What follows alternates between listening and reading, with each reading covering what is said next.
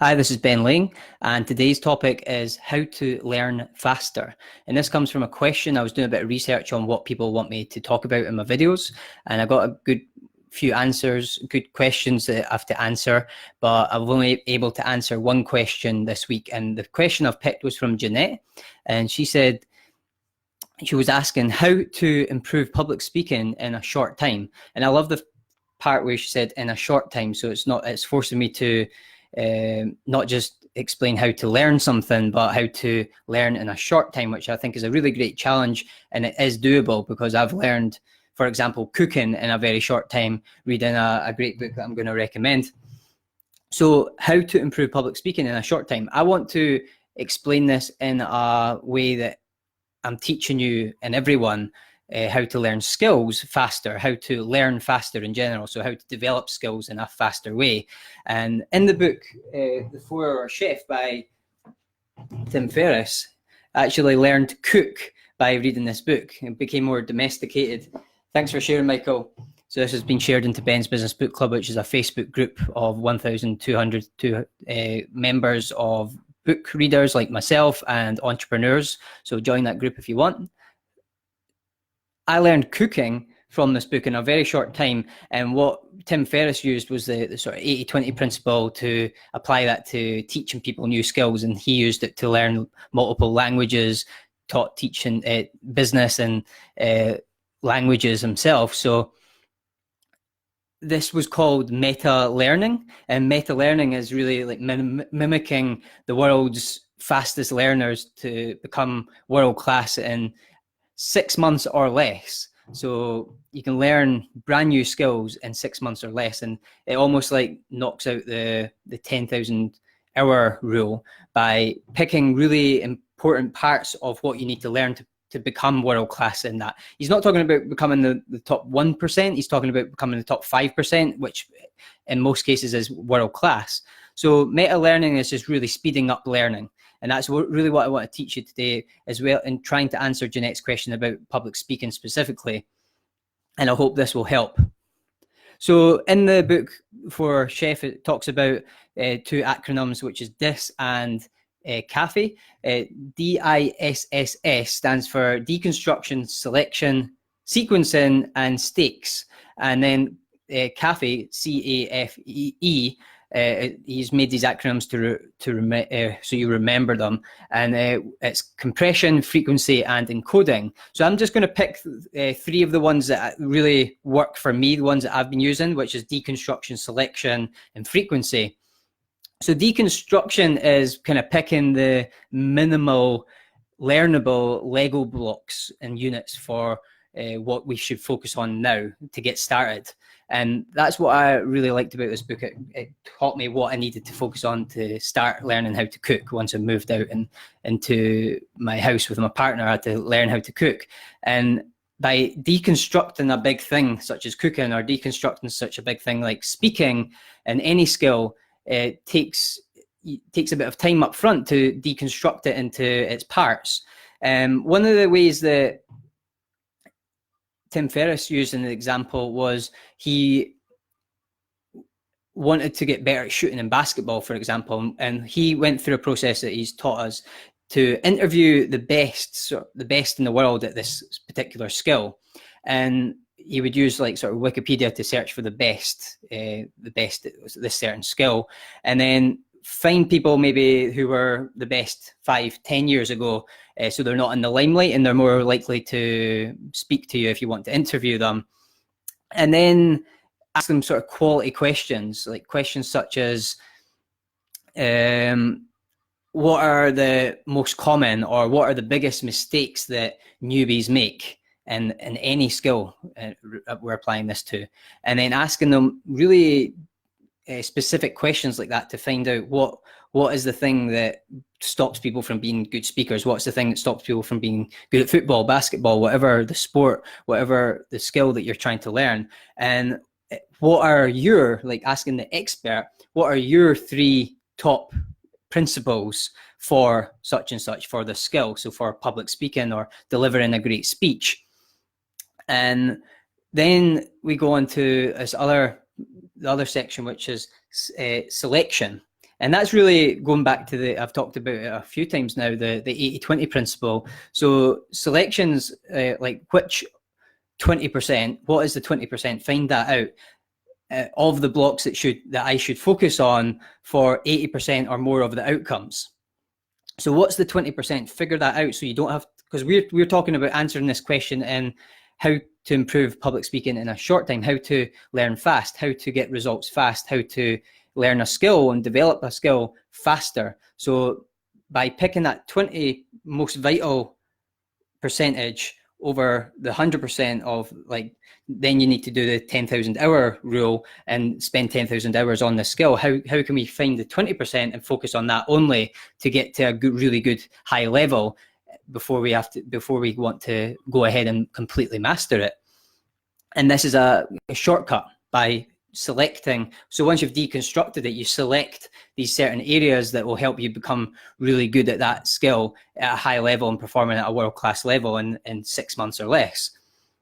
A good example they used in the book was that there's 250,000 words in the English Oxford Dictionary. And if someone was wanting to learn English, for example, we actually only use, it's been said, about 100 sort of common words that are used. So if they master the 100 common words, then that's really all they need to learn to be fluent in English. So it's the same with everything. What are the most important things that we need to select and work on to develop faster in this area, in this skill?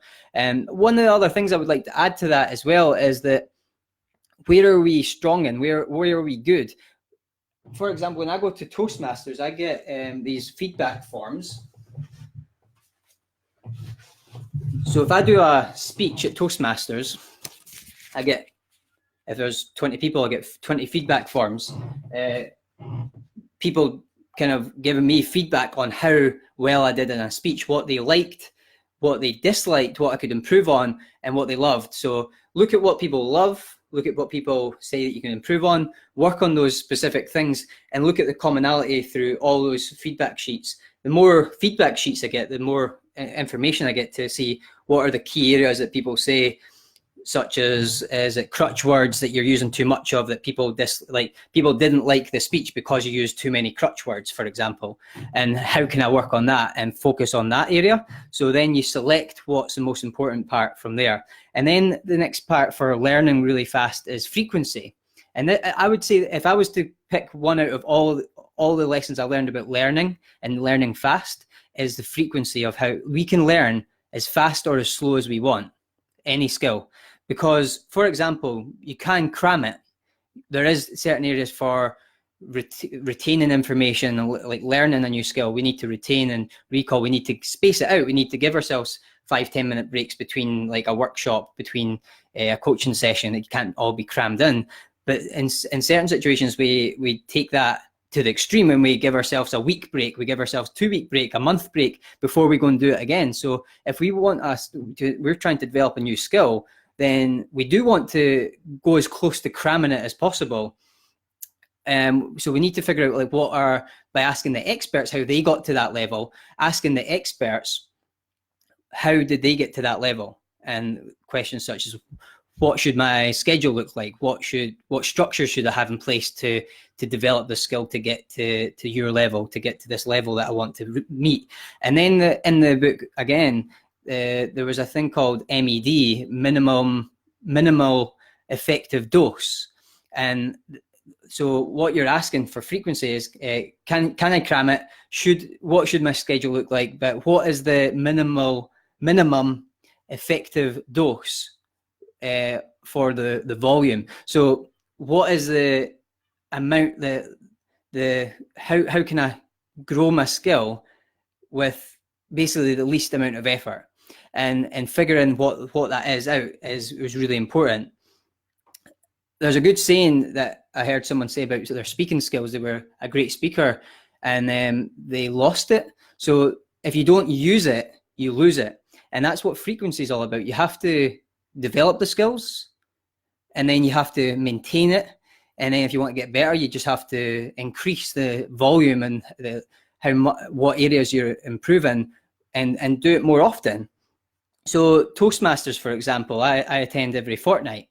If I want to accelerate it, or if you want to accelerate it as a speaker, what you could do is, rather than just going to your local club, which is once every fortnight for me, I could go along to Edinburgh, which I did at the beginning. I went along to Haymarket Toastmasters in Edinburgh, and that was the week when, or there was a break on our fortnight, so we would have it every 2 weeks, and then I went every second week. I would go to the when our Dunfermline one was off, I would go to the Edinburgh one. So then I was doing it 52. I was practicing my speaking skills 52 times a year instead of just 26. But if, again, you want to accelerate that, it's not like football where you do need to recover from a match. You do in exercise and sport, we do need a day, 2 days, 3 days sometimes to give ourselves a break for our body to recover.